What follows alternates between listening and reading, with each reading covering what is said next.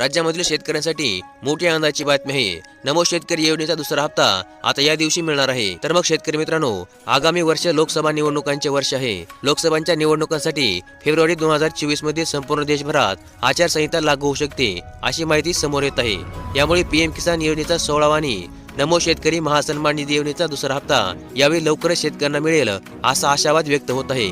शेतकऱ्यांना आपल्याकडे आकर्षित करण्यासाठी केंद्रामधील सरकार या योजनेचा पुढील हप्ता लोकसभाच्या निवडणुकांपूर्वीच पात्र शेतकऱ्यांच्या खात्यावर जमा करू शकते, असे सांगितले जात आहे। मात्र निवडणुकांचा काळ पाहता फेब्रुवारीच्या पूर्वीच या योजनांचे हप्ते शेतकऱ्यांच्या खात्यामध्ये दिले जाऊ शकतात, असा अंदाज काही जाणकार लोकांनी बांधला आहे।